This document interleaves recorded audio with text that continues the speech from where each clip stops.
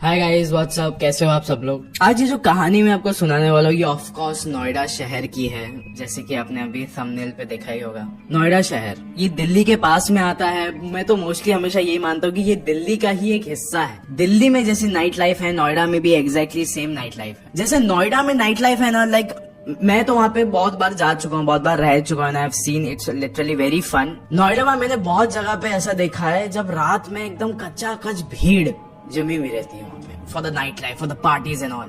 लेकिन ऑल्सो वहाँ पे ऐसे बहुत सारे इलाके भी हैं जहाँ पे लोग सुबह में भी नहीं जाना चाहते, सुबह में भी उन इलाकों के इर्द गिर्द नहीं भटकना चाहते। मुंबई में भी ऐसे इलाके ऑफकोर्स कि मुंबई में भी एक जगह पे बहुत ज्यादा रोशनी है और एक जगह पे सिर्फ अंधेरा, जैसे आर्य कॉलोनी। नोएडा में ना एक अपार्टमेंट है।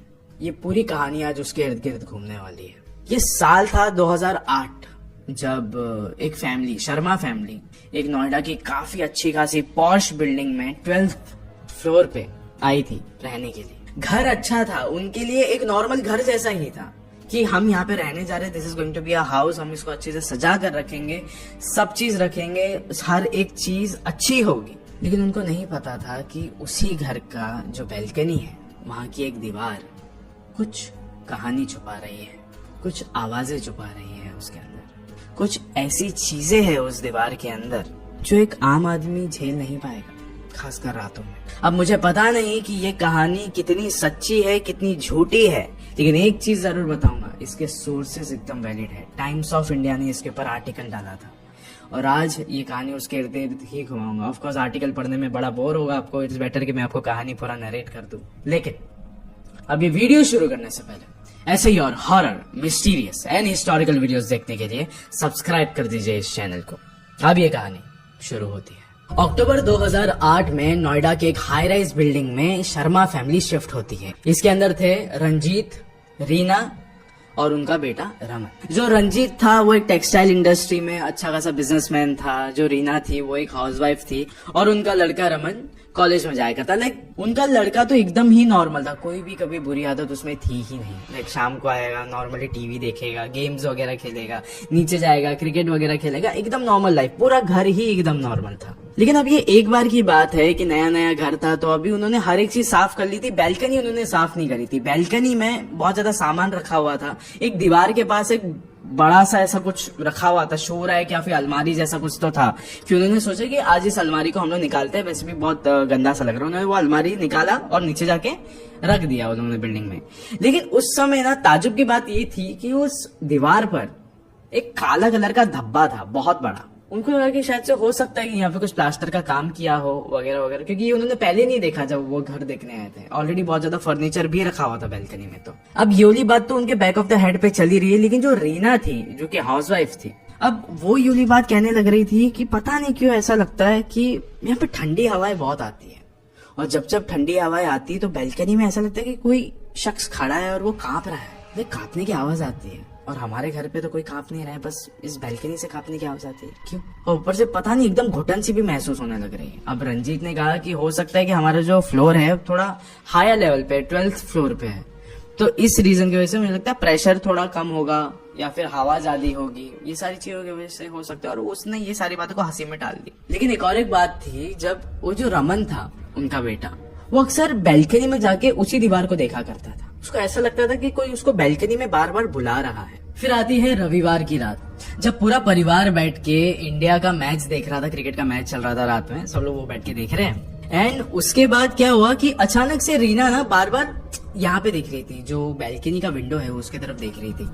एंड रंजीत भी देख रहा था कि वो बार बार उधर क्यों देख रही है। फिर रीना मन में क्या देख रही थी कि वो जो पर्दा है बहुत हिल रहा है, बार बार दिख रही है, बार बार हिल रही है, और हवा भी इतनी चल नहीं रही थी उस समय। ऐसा लग रहा था कोई इंसान खुद जबरदस्ती उसे हिला रहा है। अब कुछ देर बाद जब रीना ने वहां पे वापस देखा तो उसको लगा कि खिड़की से कोई तो औरत झांक रही है। और उस समय रीना थोड़ी सी एकदम पीछे हो गई और रंजीत ने देखा। रंजीत ने पूछा क्या हुआ? फिर रीना ने बोला नहीं नहीं कुछ नहीं हुआ, मैं अंदर जा रही हूँ सोने के लिए। ठीक है।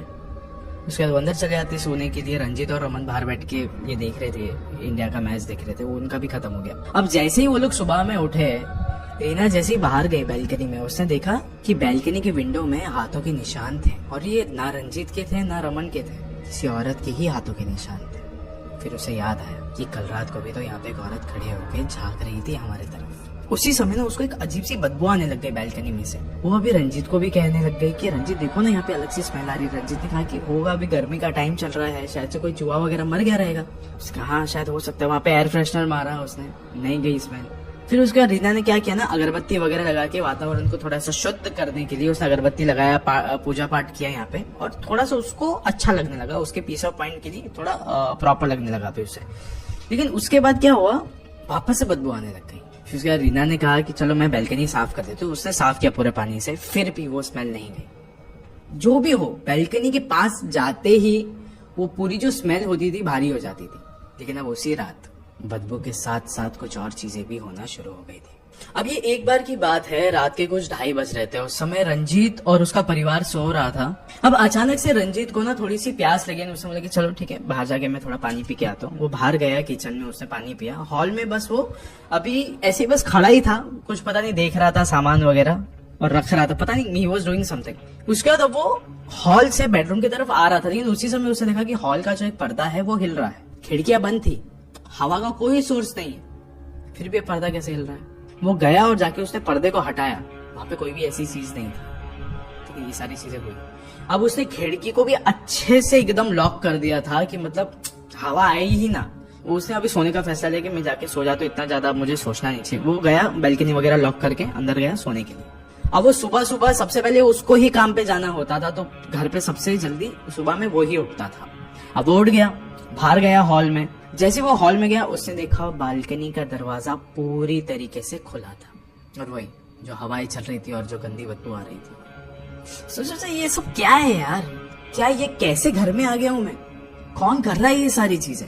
आमतौर पे तो ये सारी चीजें नहीं होती। अपना वो एकदम थक हार के बैल्कनी में गया। बैल्कनी में जाने के बाद अब उसने उसी दीवार पे ना ऐसा बस हाथ रख दिया, और हाथ रख के बस कुछ सोच रहा था। उस समय उसने देखा कि बाकी सारी दीवार गर्म है, क्योंकि गर्मी का मौसम है। यही एक दीवार ठंडी क्यों है। ठंडी के साथ साथ पूरी दीवार गीली भी थी, और जो बात आ रही थी वो अलग। उसी रात तकरीबन 2:55 को रंजीत की नहीं बल्कि रीना की आंखें अचानक से खुली, और वो भी इस वजह से क्योंकि उसे अपने बदन पर किसी के होने का एहसास हो रहा था। जब उसने अपनी आंखें खोली तो उसे अपने ऊपर बैठी हुई एक औरत दिखाई दी, जो कि रीना को देखकर घुर्रा रही थी।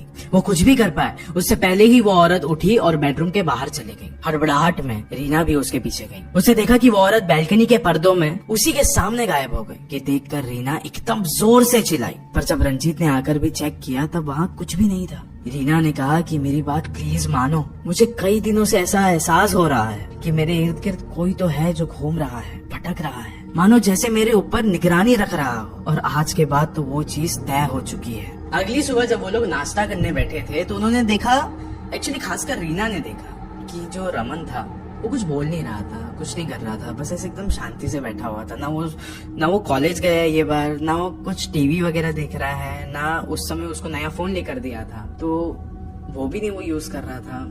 इट वॉज लाइक कुछ भी नहीं कर रहा है, गेम्स वगैरह कुछ नहीं, नथिंग। तो फिर रीना गई उसके पास ढूंढने के लिए कि किधर है, किधर बैठा है ये। तो हॉल में गई, हॉल में नहीं था, तो वो बैल्कनी में बैठा हुआ था। एक्चुअली बैल्कनी में जाके उसने देखा तो वो उसी जो काले कलर का जो वहाँ पे धब्बा था काले रंग का, वो वहीं पे देख रहा था। रीना गई उसके पास और फिर उसने पूछा कि क्या हुआ बेटा। फिर रमन ने कहा माँ वो रो रही है। रीना एकदम चौंक गई और उसने फिर पूछा कौन रो रही है। फिर रमन ने कुछ नहीं कहा, उसने सिर्फ इशारा किया उस दीवार की तरफ जहाँ पे वो काला रंग लगा हुआ था, और फिर उसने कहा पता नहीं मैं वो घुटन के मारे शायद रो रही है। और फिर रीना ने कहा तुम ये सब क्या बात कर रहे हो। फिर रमन ने कहा माँ मुझे लग रहा है कि वो ना अंदर फंस चुकी है, उसको सांस नहीं आ रही है अंदर। रीना बहुत ज्यादा घबरा चुकी थी। रीना ने उसको बार बार डांटने की कोशिश करी कि अंदर चलो अंदर चलो। फिर रमन ने कहा कि नहीं माँ हमें शायद उसकी मदद करनी चाहिए। फिर उसके बाद उसका हाथ पकड़ के रीना ने अंदर लाया और उसको चिल्लाया कि ऐसी बेतुकी बातें मत करो तुम। इनफैक्ट अब सोसाइटी के काफी लोग भी इस चीज के ऊपर कंप्लेन करने लग गए थे कि पता नहीं क्यों आपके बैल्कनी से बहुत गंदी बदबू आती, कभी कभार लिफ्ट तक आने लग जाती है तुम्हारे यहाँ की बदबू। जो उस फ्लैट के इर्द गिर्द रहते थे, समझो कि किसी की बैल्कनी यहाँ से जुड़ी हुई है, उनका क्या कहना होता था कि पता नहीं क्यों आधी रात को 12-1 बजे के अराउंड आपकी बैल्कनी से ना दीवार खरोचने की आवाज आती, जैसे कोई तो दीवार खरोच रहा है। ऐसी भी आवाजें आती है जैसे कि कोई दीवार ठोक रहा है, अंदर से खोदने की कोशिश कर रहा है, कुछ तो है यहाँ पे। और इतनी गंदी यहाँ पे बदबू आती है कि हम लाइक सोच भी नहीं सकते, हमारा दिमाग लिटरली वीक पड़ जाता है इस बदबू के सामने। फिर ये एक बार की बात है जब वहां पे रहने वाले संदीप नाम के एक शख्स थे, वो वहाँ के काफी बुजुर्ग अंकल थे, और उन्होंने एक बार आके इनको कहा कि देखो बेटा, मैं यहाँ पे कई सालों से रह रहा हूँ, और रंजीत बेटा एक चीज याद रखो, ये सारी चीजें ऐसा नहीं कि पहली बार हो रही है हम लोग के साथ, हम लोग एक कम से कम 2-3 महीने से ये सारी चीजें हम लोग सुन रहे हैं, या आवाजें सुन रहे हैं, या फिर ये जो बदबू है वो हमको 2-3 महीने से आ रही है। तुमसे पहले भी यहाँ पे एक परिवार रहता था, पता नहीं उनके साथ ये चीज हुई है कि नहीं है, लेकिन वो कैसे थे, माँ बाप थे और एक बेटी थी, उनके परिवार में बहुत झगड़े होते रहते थे, एकदम अनबन थी उनमें। एंड उसके बाद पता नहीं क्या हुआ, वो माँ बाप कहीं पे चले गए, बेटी का भी कुछ पता नहीं चल पाया कि वो बेटी किधर गई, किसी को भी उन्होंने कुछ भी नहीं बताया। पता नहीं ऐसे ही एक रात को गायब हो गए वो लोग। दिन गुजरते गए, बदबू अब सिर्फ बदबू ही नहीं रही थी, अब एक गर्म सांस के साथ आ रही हो, जैसे कि कोई बिल्कुल आपके पीछे खड़ा हो और आपकी गर्दन पर सांस ले रहा हो। ये चीज अब रंजीत के नजरों में एकदम चुभने लगी थी। जब वो नहाकर बाहर निकल रहा था, तब उसने देखा कि बाथरूम के मिरर पर कुछ लिखा हुआ है, अब और नहीं। वो डर के मारे फौरन बाहर निकला, उसने अपनी शक्ल बैल्कनी की ओर घुमाई और देखा तो उसके खिड़की पर भी सेम चीज लिखी हुई थी, अब और नहीं।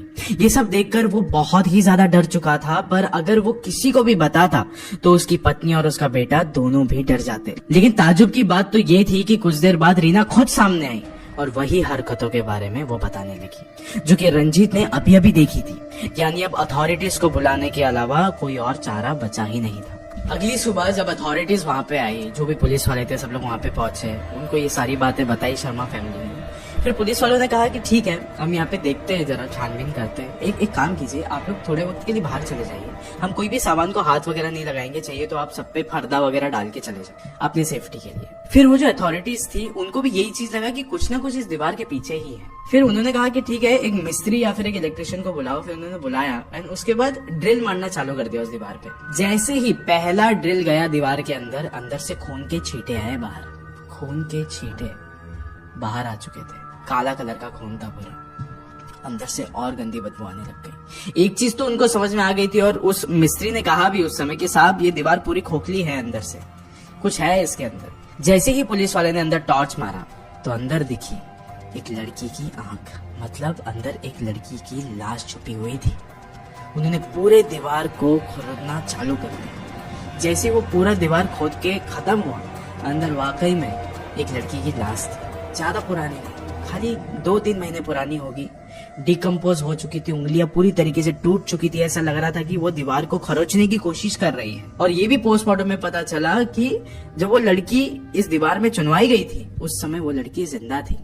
उसकी जो मौत है वो दम घुटने की वजह से हुई है। पुलिस वालों ने कहा अभी मुझे नहीं लगता कि पूरी शर्मा फैमिली को यहाँ पे रहना चाहिए, because this is a crime scene. आपको यहाँ पे नहीं आना चाहिए, because that will be trespassing the crime scene.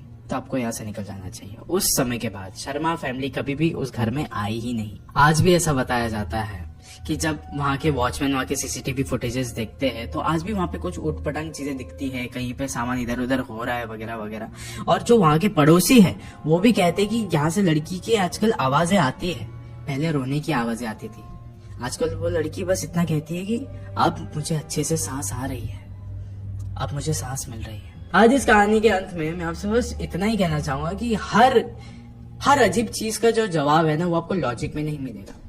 और एक बात कि हर बदबू सिर्फ गंदगी की नहीं होती।